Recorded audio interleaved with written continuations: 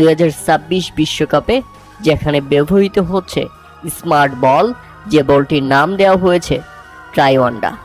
Football বিশ্বের সবচেয়ে বড় আসর 2026 ফিফা বিশ্বকাপের অফিসিয়াল ম্যাচ বল ট্রাইওয়ান্ডা। এটি তৈরি করেছে ক্রীড়া সামগ্রী নির্মাতা প্রতিষ্ঠান এডিডাস।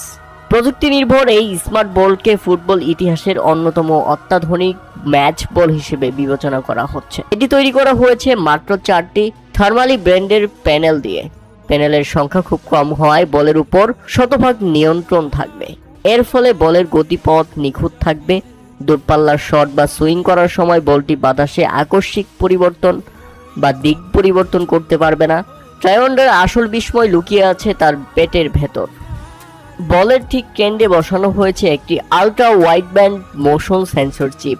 কানেক্টেড বল টেকনোলজি নামের এই চিপটি প্রতি সেকেন্ডে 500 হার্জ বলের গতি নিখুঁত ডেটা, যেটা ভিডিও অ্যানালিস্ট রেফারির কাছে পাঠাবে।